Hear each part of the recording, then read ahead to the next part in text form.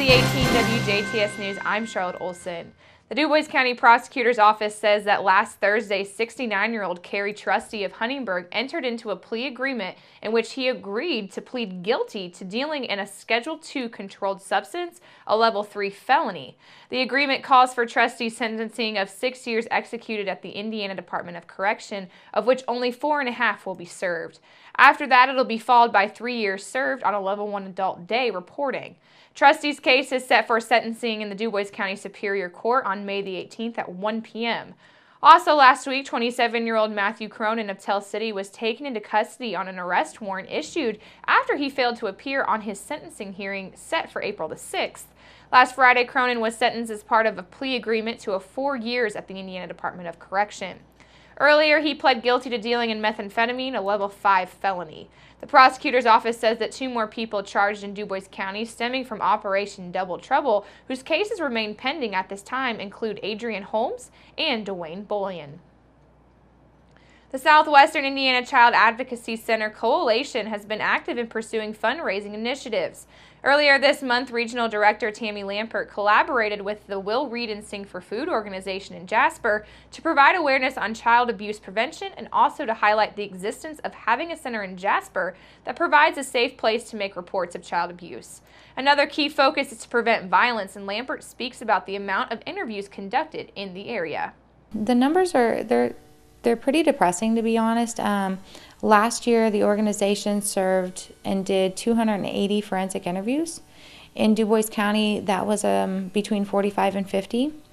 I say that it's depressing because statistics show that only 5 to 10% of abuse cases are actually even reported. The coalition was founded in 2009 to serve Indiana Region 17 reaching DuBois, Davies, Crawford, Martin, Perry, Orange, and Spencer counties. The center in Jasper and other centers serve the community by extending support to children and their families that experience comfort and support from a multidisciplinary team that works together to achieve some sense of relief for the child and families affected. The multidisciplinary team consists of officials from various entities such as the forensic interviewer, prosecutors, law enforcement, Department of Child Services, victim advocates, mental and medical health providers. Lampert indicated that the center is meant to eliminate any discomfort a child may have to make report of abuse, which is why the child is the only interviewed person by the one-on-one interviewer and the forensic interviewer.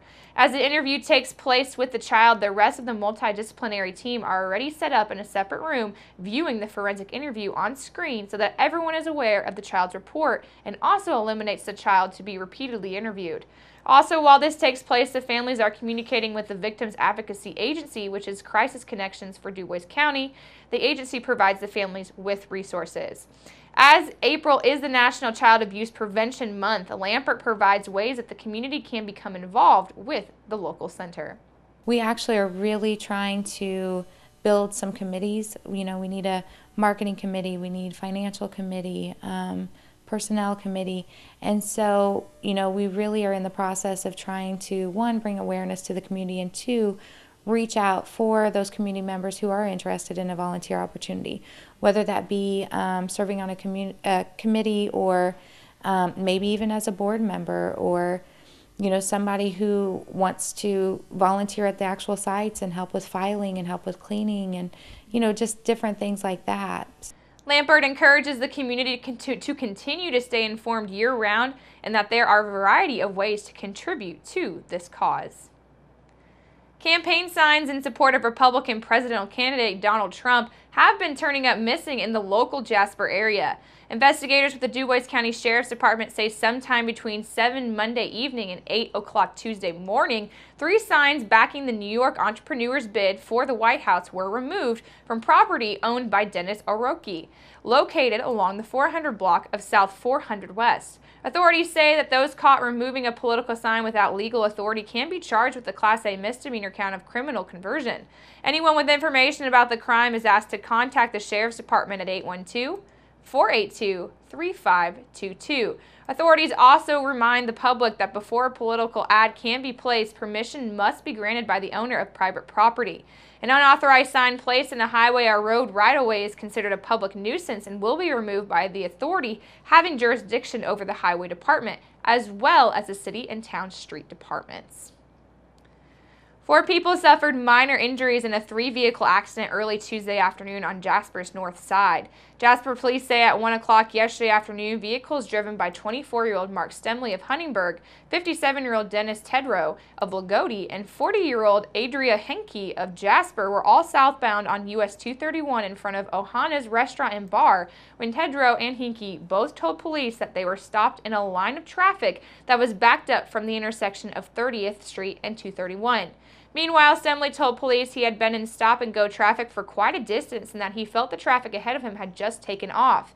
Stemley told authorities he then noticed that the traffic was stopped and he attempted to stop to avoid a collision, however was unable to do so and chose not to take any other evasive action. Stemley's pickup truck the rear of Tedrow's minivan, forcing it into the rear of Henke's passenger car. Henke told police that she heard tires squealing as she looked into her rearview mirror.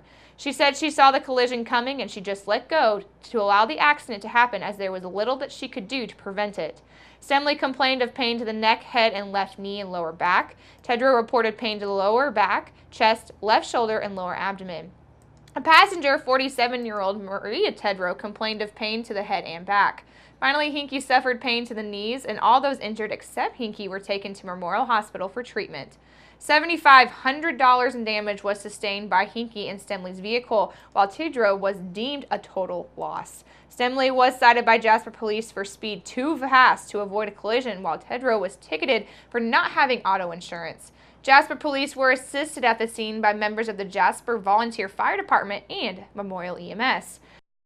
Just a reminder, the Jasper City-owned Water Department is continuing the department's spring hydrant flushing program.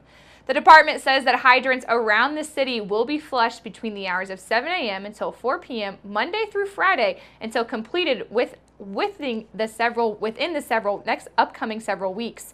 Of course, the water is safe to human and pet consumption. Please use discretion when doing laundry, and if you experience discolored water, run the cold water tap until it clears. Should you have questions about the flushing, please call the Jasper City-owned Water Department at 812-482-5252. Make sure to keep it right here because up next we'll take a look at your weather summary.